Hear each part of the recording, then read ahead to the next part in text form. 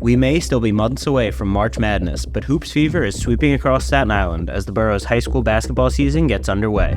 And anybody who's been to the boys' games knows that it's a hell of an atmosphere, one of the biggest events on our sports calendar. You couldn't get in the parking lot at Farrell on Thanksgiving Eve. There were cars lined up down the block. They were sold out days in advance. It almost feels like you're at Cameron Indoor, like a Duke North Carolina game or something like that.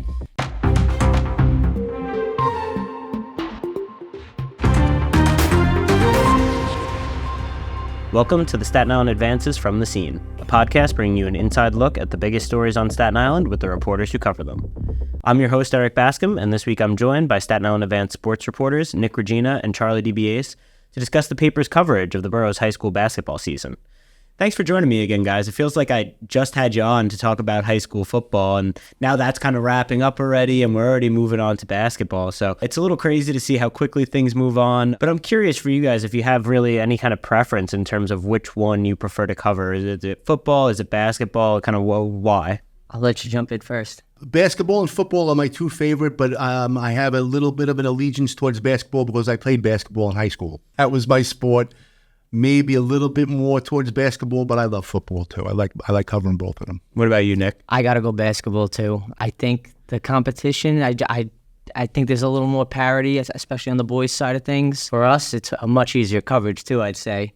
No cold weather, a lot of competitive games, no games in the rain or snow, so that certainly works. And the games have been really good too. Yeah, that's what I was thinking in terms of the last time we had you on, we were talking a little bit about what it's like to cover these football games. I didn't really realize how much you guys were doing during that time. Not only, like you say, it's outside, it could be cold, it could be rainy, it could be whatever, but you're running up and down the sideline, you're jotting down yardage and, all these different stats, and you're trying to keep track of it on your own. I imagine for basketball, it's a little bit easier than it would be to say, oh, that's a 17-yard run by so-and-so and this and that. It's like, okay, he shot a three, made the three, whatever. It just seems like it's probably easier for you guys from a coverage perspective.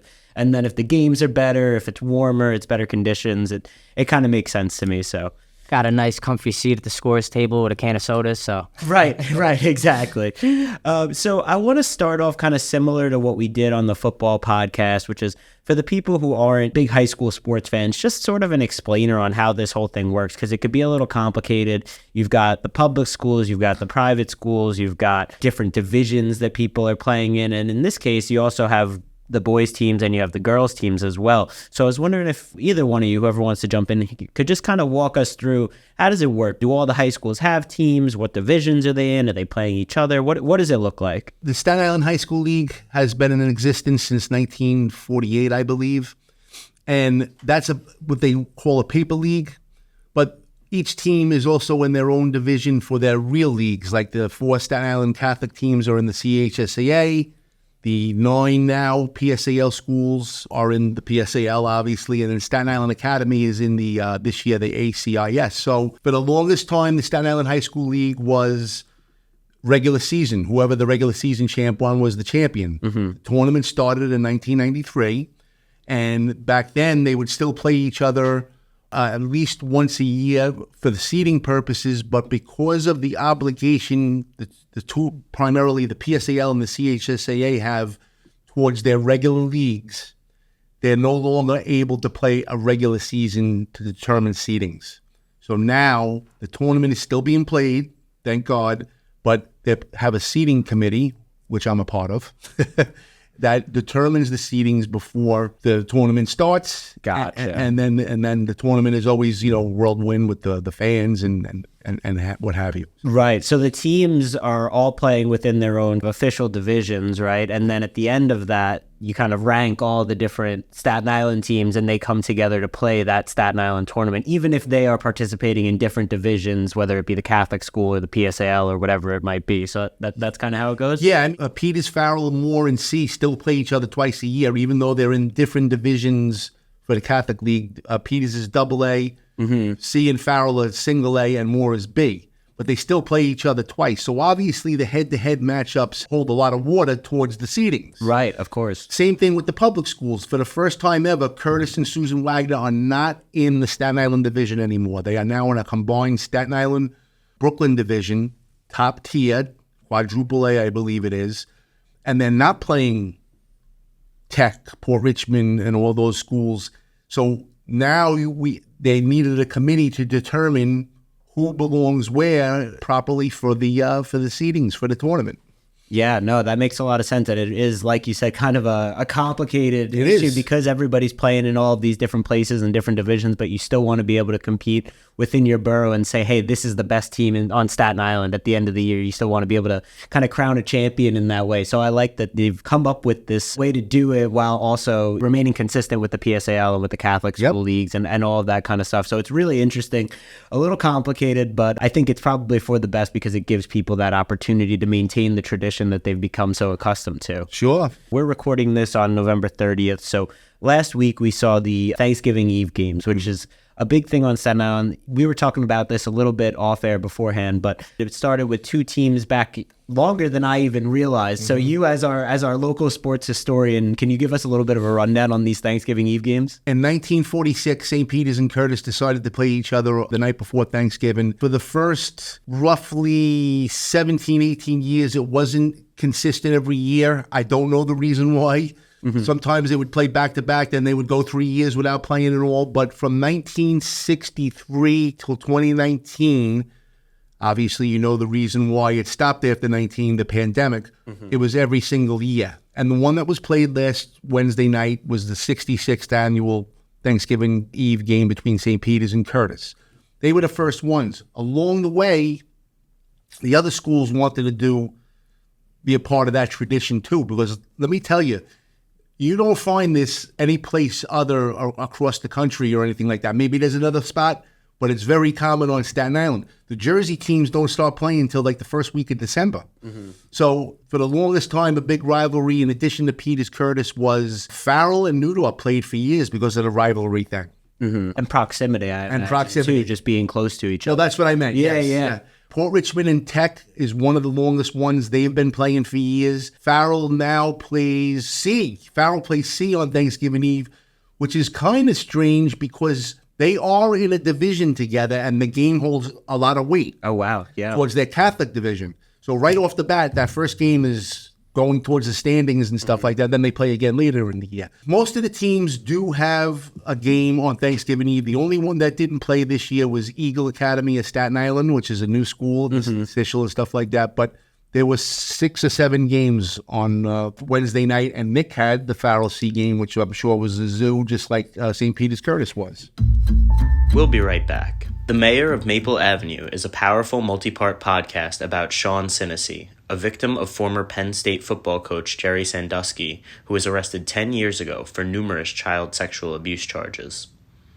The podcast series is written and hosted by Pulitzer Prize-winning reporter Sarah Ganem, who takes listeners into the world of addiction rehabilitation, where society can be quick to celebrate the consequences for abusers while not addressing the needs of their victims.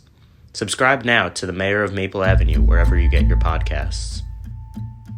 Yeah, that's what I was going to ask because I graduated from Curtis in 2012, I guess, at this point. And so I had attended some of these games as well. The Curtis games were St. Peter's. And the crowd in there, you would think it was an NBA game or even, it's almost like a college atmosphere, I would say. The kids are going there, they're painting their chest and taking their shirts off, and they got the letters, they're lined up in the crowd, yelling back and forth at the kids from the other schools. And so it really is a very fun environment for anyone who's never been to one of them. But yeah, Nick, I know that you were at one of the games. I wanted to just talk a little bit about the games this year, how they shook out, what the scores looked like, and also just the environment and the energy that was there. Oh, you hit on the environment. I think it's probably my favorite night of the high school sports year, I'd say. It's chaos. You couldn't get in the parking lot at Farrell on Thanksgiving Eve. There were cars lined up down the block. They were sold out days in advance. Couldn't even walk up to the door without a ticket. So as far as the environment, chaos. Like you said, like being at a game, it almost feels like you're at Cameron Indoor, like a Duke North Carolina game or something like that. Because the rivalry's grown so much over the years between I had the C and Farrell game. The student bodies are going absolutely crazy. They had almost an NBA level introduction ceremony where they shut the lights off. They had strobe lights going. They had a video montage on the screen. That's awesome. It was next level for sure. And then the two student bodies are going back and forth all night, seated behind each bench. They were chirping each other for 2 hours. So the environment was crazy, and the game on the floor was equally good. C was down 9 in the first half and rallied to win in the fourth quarter, and I think it was a 6-point game and went down to the wire. Those games are always awesome, and I definitely recommend to any of our listeners, if you haven't had the chance to attend one in the past, maybe in the next couple of years, try and pick one and get out there, because it really is, like you say, just something that you don't really expect from a high school sporting event necessarily, and when you see it, it's really it really is something to behold. So I want to talk a little bit about some of the standout teams that we've seen so far this year, and I know it's early in the season. Most of the teams have only played maybe 1 or 2 games, right? But what do we see in terms of projection and looking forward in terms of who might be some of the better teams on the island, and kind of what makes them so good? St. Peter's is the 5-time defending Staten Island High School League champions. They have 3 starters returning. And last year, for the first time, they played a complete schedule against the other AA teams from the city. Christ the King, Iona Prep, all 13 games against top-notch programs, and held their own. They finished 6-6 in the division. They won a playoff game. They lost to Cardinal Hayes, which went to the final. They only lost by 5 in that game and stuff like that. So with the 3 returning starters and a couple of guys from the JV that went to the city championship game a couple of years ago, Peters should be in the mix. Monsignor Farrell won the Federation crown last year for the A division. They lost a lot. They lost their starting 5, including a terrific player in PJ Scalisi. But Farrell always plays defense and is always in the mix because of that. So I think they'll be heard of. C beat Farrell on Thanksgiving Eve. On the public school side, there's a couple of teams. Susan Wagner, I think, is going to be pretty good. They got a couple of returning players. Curtis is always there. Who else? Tech is always in the mix. So, yeah, I guess those are primarily the teams that should be in the mix by the time the Staten Island High School League tournament rolls around. Right. And Nick, what do you think about on the girls' side of things? Are there any teams early on that you kind of look at and saying this is maybe the cream of the crop, or what we can expect to be holding the crown at the end of the year? Yeah, well, without getting too into the divisions and making your head spin, there's a couple teams that could compete for championships in their divisions. St. Joseph by the Sea moved up to the AA this year. They'll be the only Catholic school team from Staten Island that's in that division. They're the 2-time defending archdiocesan champions, so they'll certainly give those guys a run in the AA. In the single A, it's going to be wide open, I think. Hill's been the runner-up the last 2 years against C, so with C out of the way, you would think Hill's the favorite, but More Catholic looks pretty good this year. I think Notre Dame's going to be improved, so the Catholic League should be very competitive. And on the public side, New York City's all-time leading scorer is gone from Wagner, Nicole Melius. So I think the public's going to be wide open too, and Newdorp's got its 2 leading scorers back, so I like their chances this year. And Staten Island Academy always competes in the private school league, so it's a chance that we could have 3 schools in the mix for championships in their divisions. Yeah, no, and that's really exciting. And so another thing that we talked about a little bit last time on the football podcast is some of the standout players, or players who we think might have the potential to potentially play at the next level, whether that be college or even all the way to the pros. You know, in football, we have more of a history here of producing professional talent, I think, than we do at the basketball level. We might have had a few guys throughout the years, but no real standouts in the way that we've had with the NFL. But is there anybody right now who you look at them and you see their skill set, you see their talent, their work ethic, and say, maybe that guy's got a chance, or maybe that girl's got a chance, because we've seen the growth of professional women's basketball as well recently? In terms of professionally, NBA, I don't think, and this is certainly not a slight, because less than 1% of high school basketball players make it to the NBA. Right. But I don't think Staten Island has anybody that's going to be going to the NBA. But with a couple of, Division I prospects, absolutely. Kadia Martin, who was a returning Co Jakes Award winner for St. Peter's, he's drawing Division I interest. There's a lot of teams with a lot of young rosters this year. So, not much for the Division I level, but crazier things have happened. It's tough, right, too, because football, there's 50 guys on a team. Basketball, right, 12, right? So a lot less opportunities. On the boys' side, though, they might have some guys who might wind up playing overseas. I know there's a former St. Peter's guy at St. John's right now, who I think he'll have a chance to play professionally somewhere, Chris Ledlam. So, there might be some opportunities, but a little more limited than football. Yeah, no, absolutely. That's a great point in terms of the roster size. And I just want to give a quick shout out. And like I said, we don't have a ton of people playing at the professional level, and really haven't historically. But there is a former Curtis player, Mohamedou Goye, and I apologize if I mispronounced that. He played at Curtis. At the time, he was only 5'9".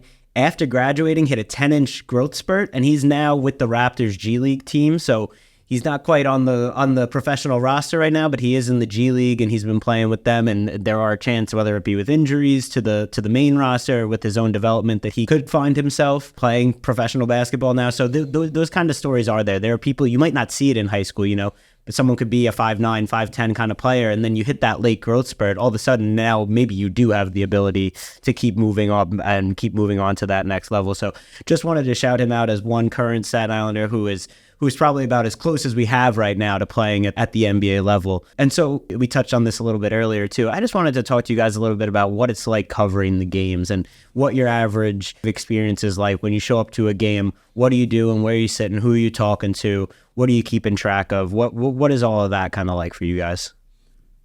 For basketball or for basketball? We talked about it yeah. for football, and it sounded a little miserable, to be honest with you. So I'm assuming that this is a little bit easier, right? It kind of is for me personally. I still keep a running score so that I know the big part of the game. I go through my notes and say, okay, this is where the game turned. Whatever team went on a 12-2 run, and that's when they got some separation. So then basically I fill in the blanks at halftime and at the end of the game from all the play-by-play I do. I try to keep rebounds, turnovers, what defense they're playing. Unlike football, where if you miss a play, it could be the end of the world. Except for finding getting back in touch with the coach and waiting for them to go over the film. In basketball, if you miss something, you could just go to the scorekeeper and say, "Who had that last basket?" And then you fill in your notes. But I try to sit behind the benches if I can, or in a spot at Farrell and St. Peter's. I'm always on the stage because you get a nice view from up there. It's nice being front and center. That's the best way to put it. So. Yeah, most nights I just pull up a chair at the scores table, but like Charlie just hinted at Farrell, it was very tight on Thanksgiving Eve, not a seat to be had. So I was on the stage with about 100 kids surrounding me. Oh, wow. Probably a little stressful trying to do your job when you're surrounded by a million people doing a bunch of other things, right? We see that in all sorts of reporting. Like when we're not outside of sports, I'll go to cover a rally or an event or a press conference, and there's 100 people around you all doing different things, and you're trying to listen, you're trying to focus, you're trying to get what you need to get. Can definitely be a little bit hectic, I imagine, especially at the bigger games like that. Another thing I wanted to kind of touch on a little bit, I was just kind of curious about personally as a fan of the game. You've been covering high school basketball for a long time now. We see that with all sports, but especially I think probably in basketball, the game has changed so much at the professional level in recent years. You've gone from kind of this methodical, walk it up, pick and roll offense to more of this pace and space, 5 out, run and gun, shooting threes kind of thing. Has that translated at the high school level too? Are we seeing the kids play differently than they did back in the day? Are they taking more 3-pointers? Are they running up and down the court more? Or is it still kind of the fundamental basketball that you would see in like the 90s and early 2000s, or has it kind of adapted with the times? It is adapted to the times to an extent, but I think high school, more than anything with the college and professional levels, is still the closest to what it might have been in the past. Some teams, depending on who they have, they run and gun or they're launching threes and stuff like that, but some schools that have traditional big guys, they're looking to still get the ball inside if they can. Obviously, that is, pretty much done with the NBA and in some college instances. So I would say the high school level is one that still has tendencies of the past. It's great to see because, like I said, I played in a time in high school where pounding the ball inside, if you have a big, was the way to do it. And now bigs, on the professional level, are launching threes just as much as the guards are. It's almost like a positionless sport. Right, yeah, which is why I'm kind of curious with if it had been that same way at high school. But you know what? I don't think there's probably still a little bit more of the separation of size that you see in high school where you have like, okay, that guy's your point guard and that guy's your center. You look, some teams in the NBA now, every guy on the court is 6'8". Everyone is between 6'5" and 6'9", or 6'5" and 6'10", and they're all switching on every play on defense, and they're all doing this and doing that. I imagine at high school, you don't have that kind of personnel, right? You can't run those types of defenses or that type of style when you don't have the players who can fill each role. You can't switch your point guard onto the center in high school most of the time, I would imagine, or he's getting put in the basket. No. It's funny. You see various defenses more on the high school level. You'll see a team, they might go a possession and man to man. The next time they go to a 3-2, depending on who they're playing and all. Obviously, in the NBA, you're limited to what you can do zone wise. But I think the high school level, more than any other division, including college and especially the NBA, there's more game planning. There's definitely more game planning that it's the closest thing to the old way that it is, in my opinion. That's how I feel. Yeah, I'd say I cover the girls more than the boys. I think they play a very different game where, like you said, I see a lot of positionless basketball on the girls' circuit. Not so much isolation, not as many three-pointers. Opening night, Farrell, was very much an ISO offense. The main scorer, Matt Stolfo, a lot of one-on-one. And Farrell was a little more traditional where they were trying to get the ball inside, weave around the arc, dump it in. But on the girls' side, I think fundamentals are the leading approach there, where I've seen a lot of pick and roll, some pick and pop, some things that are a little bit more of a throwback maybe. Yeah, and I think you see that in the women's game too at the professional level as well. I had gone the New York Liberty made a run to the WNBA finals this year. Unfortunately, lost to the Aces. But I was at the Barclays for the last game, which I want to say the women's game is really, really growing. The crowd there was more excited, more into it than they are for most Nets games. I've been to Nets playoff games. I've been to the Liberty playoff games at this point, and the Liberty crowd was crazy. They were into it. But also the game, the style that they play, it really is, like you said, fundamentals, ball movement, open shots, working it around, playing to your advantages, as opposed to some of what you see at the men's game where it's isolation, it's tough shot making, all of those different types of things. So a lot of people have said and kind of maintained that the women's game at this point is a little bit more pure basketball in the style of what Charlie, is used to and when we saw earlier back in the day. Right. So I think that's interesting. And while we're on the topic of the women's game, I saw you wrote an article about how for the first time ever, we're having a Staten Island high school girls tournament, right? And so that's something that they had been trying to do for a while, but hadn't really been able to get off the ground. So can you tell me a little bit about what that's like and kind of how they got that going this year? Yeah, I mean, anybody who's been to the boys' games knows that it's a hell of an atmosphere, one of the biggest events on our sports calendar. I know they've been trying to get the girls off the ground in the same way for a long time now. They couldn't seem to get everybody on board, and after a lot of consternation, they finally got it underway, and all 13 Staten Island schools will be in it, 4 from the Catholic League, Staten Island Academy, and 8 public school teams. So it should kind of rival what the boys have been doing, and hopefully they have a big first year and keep it rolling. Yeah, no, I think that's really exciting and just goes to show what we were just talking about, and that the girls' game and the women's game is kind of growing in that way, and it's getting the recognition that it deserves, and they're getting the opportunity to play in these same types of environments that the men are. Who doesn't want to be able to say we're the best team in the borough? We're the best team that Staten Island has to offer. So I think that it's great that they were finally able to get that going.